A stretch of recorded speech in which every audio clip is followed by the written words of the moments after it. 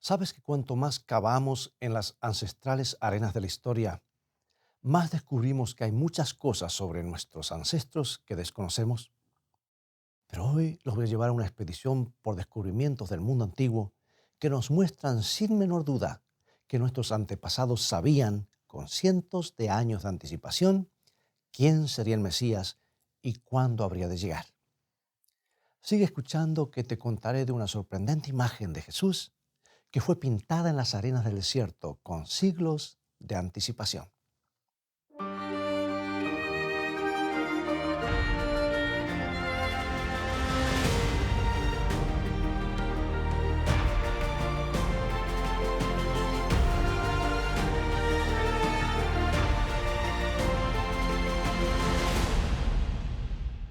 El famoso artista William Holman Hunt le dijo cierta vez a sus amigos que estaba planeando pintar un cuadro de Jesús.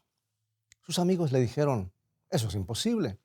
Un verdadero artista solo pinta aquello que puede ver. Tú nunca has visto a Jesús, así que obviamente no podrás pintarlo. No me están entendiendo, les dijo el artista. Voy a verlo. Trabajaré a su lado en la carpintería. Caminaré con él por las colinas de Galilea. Lo acompañaré cuando esté entre los pobres, los ciegos, los desposeídos y los leprosos. Viajaré con él hasta el Calvario y me subiré a la cruz con él hasta que no vea y lo conozca, y recién entonces lo pintaré. Quienes han visto la obra de Holman Hunt saben que realmente han visto algo. Él encontró la manera de ver a Jesús aunque fuera físicamente invisible. Estudió su vida en las palabras de la Biblia y hoy millones de personas siguen encontrando a Jesús en las páginas de este bendito libro. Pero ¿cómo hacerlo cientos de años antes de que se escribieran los evangelios? ¿Cómo ver a Jesús en aquel entonces? ¿Cómo hacer para conocerlo? Esta es una muy importante pregunta porque la Biblia misma pone énfasis en que Jesús es el único camino al reino de los cielos. La Biblia dice que nadie puede ir al Padre si no lo hace a través de Jesús. Entonces, ¿qué podían hacer los que vivieron miles de años antes de Cristo? Bien, para los que recién se están iniciando en el conocimiento de la palabra, déjame decirte que la existencia de Cristo no comenzó en el momento de nacer en Belén. Él siempre ha estado aquí. La Biblia dice que existe desde la eternidad. Estuvo presente a través de todo el Antiguo Testamento. Podemos encontrarlo en cada página y en cada historia de este libro. Por eso no es correcto decir que los hombres de la época del Antiguo Testamento no tenían acceso a Jesús, solo que su acceso era un tanto diferente. El pueblo de Dios se salvaba en los tiempos del Antiguo Testamento de la misma manera en que se salva hoy, y es por la fe en Cristo. Hay quienes sostienen que el Antiguo Testamento o en esa época las personas se salvaban por medio de la obediencia a la ley de Dios y que en el Nuevo Testamento se produce un cambio drástico y la salvación es por gracia a través de la fe. Pero nada podría estar más alejado de la verdad si tenemos en cuenta lo que nos dice la Biblia. Y Martín Lutero se hizo famoso por haber redescubierto el principio de la justificación por la fe. Y se cuenta que lo hizo al leer un versículo que se encuentra en Romanos capítulo 1, versículo 17. Porque en el Evangelio la justicia de Dios se revela por fe y para fe, como está escrito: mas el justo por la fe vivirá. Ese descubrimiento cambió a Martín Lutero para siempre. Dejó de tratar de agradar a Dios con su buen comportamiento y sus castigos autoinfligidos y puso su confianza enteramente en lo que Jesús podía hacer por él. Descubrió la justificación por la fe. Pero ese no era un concepto exclusivo del Nuevo Testamento. Debemos saber que cuando Pablo dijo el justo por la fe vivirá, estaba citando del Antiguo Testamento, estaba citando del libro de Habacuc, que dice en Habacuc 2:4: he aquí que aquel cuya alma no es recta se enorgullece, mas el justo por su fe vivirá. Justificación por fe. ¿Lo ves? Es un concepto del Antiguo Testamento. Las personas que vivieron antes del nacimiento de Cristo recibieron una visión anticipada de su llegada por medio de las ceremonias y rituales que se realizaban en el santuario. Tuvieron su presencia a través del desierto. Lo adoraron en el santuario y ofrecieron sus sacrificios como símbolo de la fe en lo que el Mesías haría por ellos en el futuro. Y cientos de años antes del nacimiento de Jesús, los israelitas ya tenían una imagen clara acerca de él. ¿Por qué? Porque el tabernáculo terrenal había sido diseñado meticulosamente por Dios, no solo para replicar el santuario celestial, como nos dice el libro de Hebreos, sino también para describir vívidamente lo que haría el Mesías en su venida. Así que démosle una mirada. El santuario terrenal tenía dos compartimentos, el lugar santo y el lugar santísimo. El lugar santísimo era la habitación más interna, albergaba el arca del pacto. Ese era el lugar donde descansaba literalmente la presencia de Dios cuando los israelitas plantaban su campamento. Dios le habló a Moisés de en medio de los dos ángeles que estaban en la cubierta del arca. Así es como describe la Biblia. Veamos, Éxodo 25:22. Y de allí me declararé a ti y hablaré contigo de sobre el propiciatorio de entre los dos querubines que están sobre el arca del testimonio, todo lo que yo te mandare para los hijos de Israel.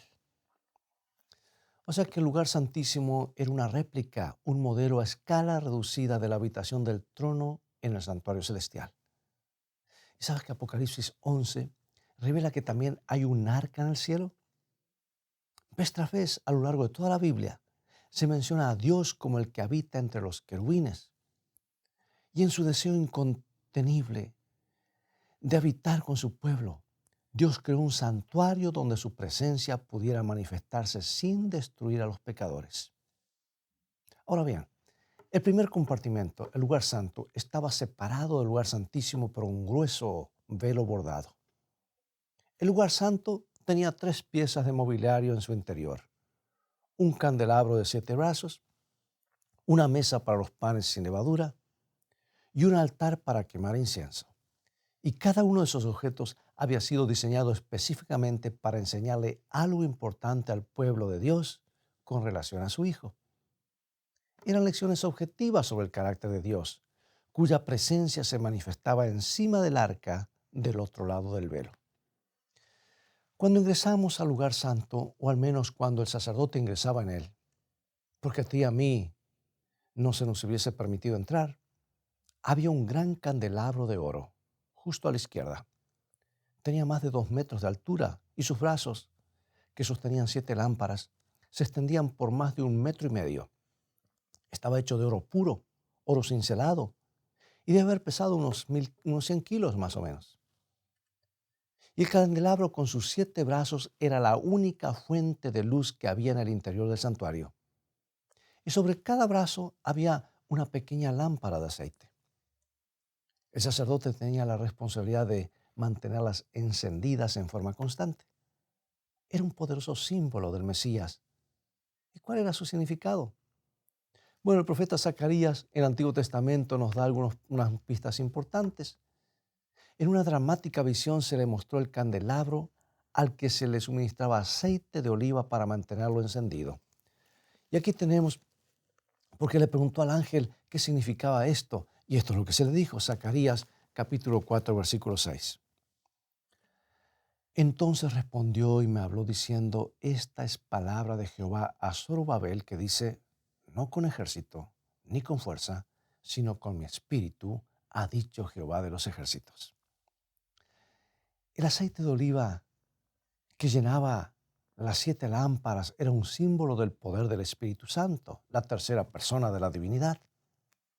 Y la Biblia nos dice que cuando Jesús comenzó su ministerio público en el río Jordán, el Espíritu Santo se posó sobre él en forma de paloma y una voz desde el cielo declaró que él era el Hijo de Dios.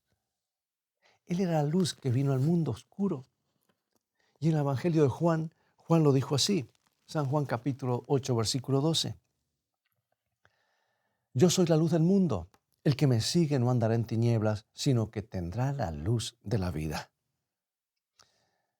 Y al repasar las evidencias que hay en la Biblia, no quedan dudas de que la luz del candelabro representaba a Jesucristo. Escucha lo que dice Juan al comienzo del Evangelio. Juan 1:9. Aquella, refiriéndose a Jesús, aquella luz verdadera que alumbra a todo hombre, venía a este mundo. O sea que el candelabro señalaba a Cristo Jesús, la luz del mundo. Y cuando Jesús vino a este planeta luego de siglos de oscuridad espiritual, fue como si la luz se encendiera de repente. Debe haber sido muy difícil para aquellos ojos acostumbrados a la oscuridad poder ver la luz. Y la Biblia nos dice que cuando Jesús encendió todas las luces con su venida en persona, muchos tuvieron problemas para aceptarlo. Y Juan lo dice de esta manera en Juan 1, 4 y 5. En él estaba la vida y la vida era la luz de los hombres. La luz en las tinieblas resplandece y las tinieblas no prevalecieron contra ella. Por mucho tiempo, hasta los más cercanos a Jesús tuvieron dificultades para entenderlo. Juan el Bautista tuvo algunos problemas para comprender por qué estaba pudriéndose en la prisión si Jesús era el Mesías. A algunos de sus seguidores le costó entender cuál era la misión. Cuando Jesús les explicó su verdadera misión, muchos lo abandonaron. Judas tuvo inconvenientes con el hecho de que Jesús no quisiera establecer un reino terrenal. Y la lista es mucho más larga, pero con el tiempo, especialmente después de la cruz, los discípulos se acostumbraron a la luz y fueron capaces de escribir de ella en la Biblia. Por eso hoy tú y yo tenemos acceso a una cantidad increíble de luz espiritual en las páginas del libro de Dios. Y por eso, en cierto sentido, la luz no desapareció cuando Jesús regresó a los cielos. Todavía podemos acceder a ella en las páginas de la Biblia con la influencia del Espíritu Santo. Y sobre todo, tenemos la promesa de que Jesús estará con su iglesia hasta el tiempo del fin. Bueno, años después de la ascensión de Cristo al cielo, el discípulo Juan lo vio en una visión vestido como un sacerdote y parado en medio de los 7 candeleros. Y esto se encuentra en Apocalipsis capítulo 1, versículos 12 y 13. Y me volví para ver la voz que hablaba conmigo y vuelto, vi 7 candeleros de oro y en medio de los 7 candeleros a uno semejante al Hijo del Hombre, vestido de una ropa que llegaba hasta los pies y ceñido por el pecho con un cinto de oro. Bueno, habían pasado muchos años y Juan ya era un ancianito, exiliado en la isla de Patmos. Y de pronto vio a Jesús en una visión y el Maestro estaba en pie en medio de los 7 candelabros. Se nos dice claramente que los 7 candeleros representan a las 7 iglesias, que a su vez representan 7 periodos de la historia entre la ascensión de Cristo y su regreso en gloria a esta tierra. Ahora, ¿qué trata de decirnos Jesús? Es simple, amigos. Es la promesa que está en Hebreos 13:5 de que nunca se olvidará de nosotros ni nos abandonará. Sin importar las circunstancias, Jesús siempre ha estado junto a su pueblo a través de los siglos, pues la luz del Evangelio nunca se extinguirá y la luz del amor de Dios siempre estará con su iglesia. Aunque Jesús regresó al cielo, nunca nos abandonó ni por un solo momento. Aún está aquí. Y lo que es más, nos pide que llevemos la luz de su amor a un mundo en tinieblas. Y en el Sermón del Monte encontramos en Mateo 5:16, así alumbre vuestra luz delante de los hombres, para que vean vuestras buenas obras y glorifiquen a vuestro Padre que está en los cielos. O sea, amigo y amiga, que según la Biblia, el mundo tendría que ver la luz de Dios en nuestras acciones. Las cosas que decimos y las que hacemos deberían ser como rayos de luz brillante en un lugar oscuro para que todos pudieran ver cómo es el carácter de Dios. Esta no es la única lección que nos deja el candelabro. La Biblia dice que fue hecho de una sola pieza de oro puro, cincelada por un orfebre y experto. Y cuando el martillo caía sobre el oro, golpe tras golpe, el eco hablaba de otra luz que sería golpeada por los pecados de la raza humana. Isaías escribió estas palabras mientras contemplaba la venida futura del Mesías. Venida futura, y aquí está como la explica. Isaías 53, 4 al 6. Ciertamente llevó él nuestras enfermedades y sufrió nuestros dolores, y nosotros le tuvimos por azotado, por herido de Dios y abatido. Mas él herido fue por nuestras rebeliones, molido por nuestros pecados. El castigo de nuestra paz fue sobre él, y por su llaga fuimos nosotros curados. Todos nosotros nos descarriamos como ovejas. Cada cual se apartó por su camino, mas Jehová cargó en él el pecado de todos nosotros. Como ves, la luz que vino a este mundo no llegó fácil ni gratuitamente. Jesús tuvo que soportar crueldades inenarrables y vivir una vida insoportablemente dura para traernos la luz del amor de Dios. Fue aplastado por el peso de nuestros pecados cuando luchaba por nuestra salvación en el jardín de Getsemaní. La Biblia dice que grandes gotas de sangre cayeron de su frente mientras agonizaba para salvarte. Los latigazos de los soldados romanos cayeron sobre su espalda cuando fue golpeado sin misericordia con un látigo de cuero crudo con puntas de acero. Pero peor aún, fueron los latigazos de nuestros pecados cayendo sobre su torso vez tras vez. Finalmente entregó su vida en la cruz del Calvario por ti. Jesús soportó los martillazos de la aflicción hasta comprar nuestra salvación con el más alto precio posible. Y esa es la lección final del candelabro. Resulta que había otro mueble que estaba en el lugar santo, que era la mesa de los panes ácimos, que estaba justo frente al candelabro en el lado derecho de la habitación. Era una mesa de madera recubierta de oro. Tenía aproximadamente 1 metro de altura y 1,5 metros de largo. Sobre la mesa había 12 hogazas de pan, una por cada tribu de Israel. Y al igual que el candelabro, también este pan señalaba a Jesús, quien se llamó a sí mismo el pan de vida. Escucha las palabras de la Biblia, San Juan 6, 35 y 51. Jesús le dijo: yo soy el pan de vida. El que a mí viene nunca tendrá hambre, y el que en mí cree no tendrá sed jamás.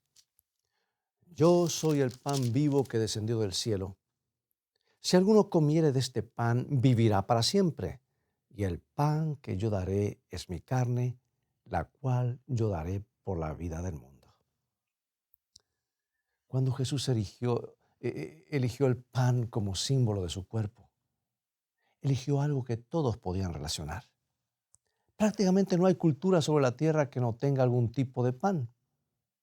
Y por eso el pan se ha convertido en uno de los alimentos vitales, básicos en la historia de la humanidad. El pan es más que importante, es completamente indispensable. Y de la misma manera, el sacrificio de Cristo en la cruz no es solo importante, sino que es indispensable para nuestra supervivencia. Pregunto, amigo y amiga, ¿vas captando hasta aquí los símbolos del santuario? ¿Todos representaban a Jesús? Por eso es importante estudiar el Antiguo Testamento, porque si no lo estudiamos no comprendemos el Nuevo ni lo que Jesús vino a hacer por nosotros. Sin ese sacrificio estaríamos completamente perdidos en nuestros pecados. Piensa cuán importante es el pan realmente. Cuando las personas se reúnen para compartir una comida, se suele emplear la expresión compartir el pan o compartieron el pan. La palabra compañía se deriva de 2 términos latinos que significan pan y juntos. Por lo que una compañía etimológicamente es alguien que comparte el pan con nosotros. Y cuando Jesús comparó a su cuerpo con el pan, estaba tratando de decirnos que lo necesitamos irremediablemente. La cruz de Cristo no es un adicional frívolo. No es la cobertura de la torta o del pastel. Es la verdadera fuente de la vida eterna. Y sin el cuerpo quebrantado de Cristo en la cruz, no habría salvación para nadie. Civilizaciones enteras se han muerto de hambre y desaparecido por falta de pan. Jesús tampoco es un artículo religioso del santuario. Es un alimento básico y esencial sin el cual no podemos vivir. Vayamos a otro elemento. Había un tercer mueble en el lugar santo, porque justo frente al velo estaba el altar del incienso.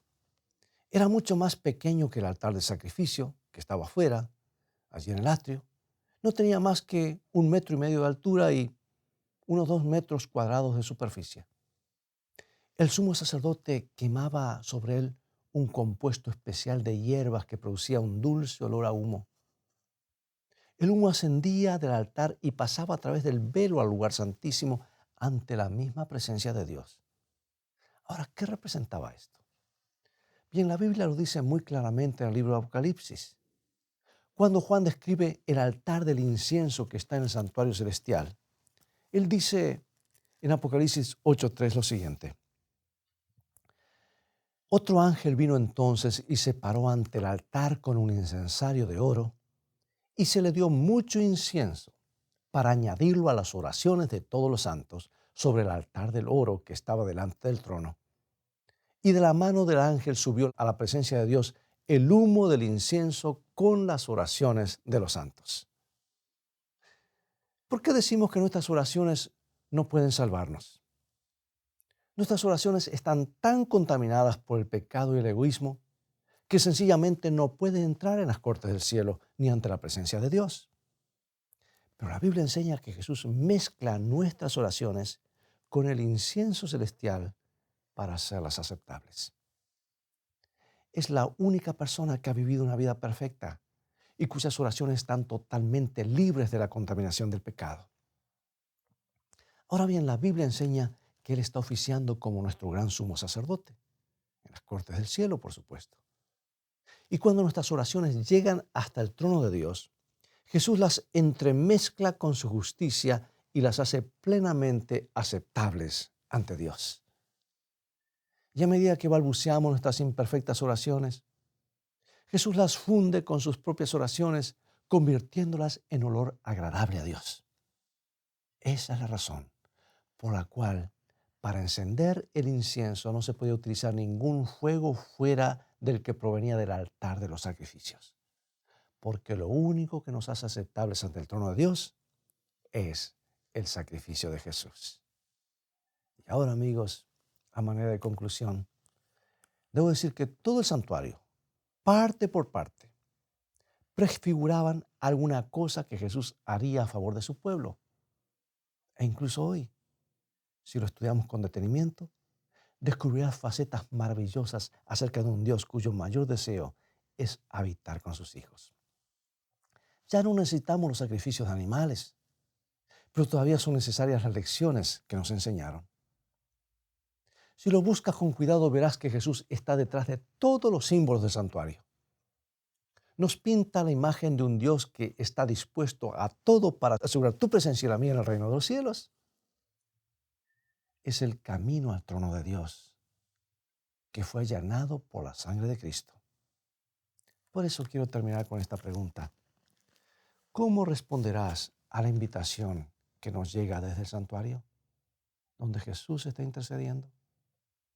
Te animo a dedicarle un poco de tiempo al estudio del Antiguo Testamento, especialmente donde habla del santuario del Antiguo Testamento. La imagen que nos representa de Cristo es sorprendente. Nos ayuda a entender aún más el sacrificio que realizó en la cruz del Calvario para salvarnos, para que podamos algún día estar en la presencia de Dios para siempre. ¿No habrá más velo entre nosotros y nuestro Padre Celestial entonces? Si hoy has sentido la voz de Jesús hablando a tu corazón, si te gustaría acercarte más a Él, te invito, donde quiera te encuentres, ahora mismo, a inclinar tu cabeza y orar conmigo. Padre Celestial, estamos sorprendidos por lo que podemos ver en el santuario del Antiguo Testamento. Estamos sorprendidos por el amor que tienes por nosotros. Queremos darle nuestros corazones a quien nos revela en el santuario.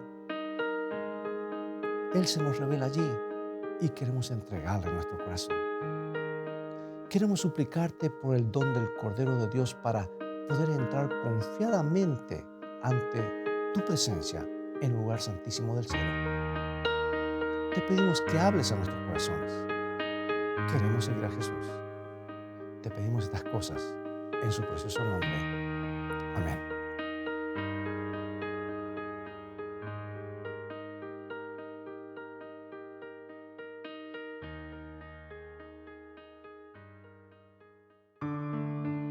Nuestro Padre Celestial está esperando derramar sobre nosotros la plenitud de sus bendiciones. Es privilegio nuestro beber abundantemente en las fuentes del amor infinito. Qué extraño que oremos tan poco. Dios está pronto y dispuesto a oír la oración sincera del más humilde de sus hijos. ¿Por qué han de ser los hijos e hijas de Dios tan remisos para orar? Cuando la oración es la llave en la mano de la fe para abrir el almacén del cielo, en donde están atesorados los recursos infinitos de la omnipotencia.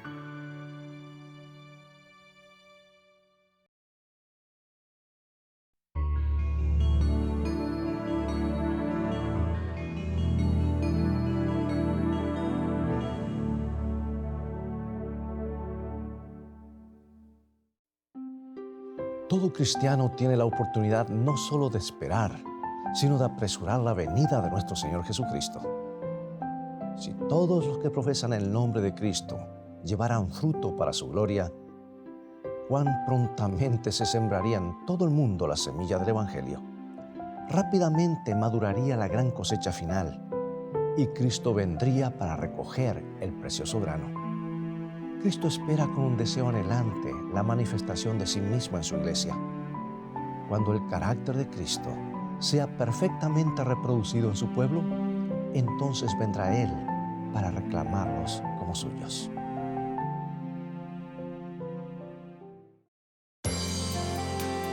Pregunto, ¿qué es lo que espera Conéctate Dios? cada mañana a escritoestá.tv para ser inspirado por el devocional diario. Una mejor manera de vivir con el pastor Robert Costa. O suscríbete para recibirlo directamente a tu correo electrónico. Cada día Dios nos quiere revelar una mejor manera de vivir.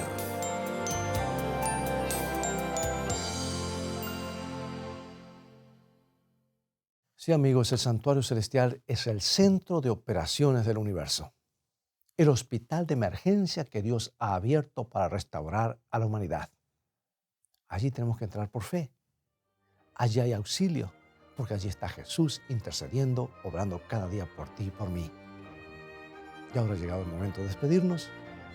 Dios te bendiga y te guarde y recuerda, escrito está, no solo de pan vivirá el hombre, sino de toda palabra que sale de la boca de Dios.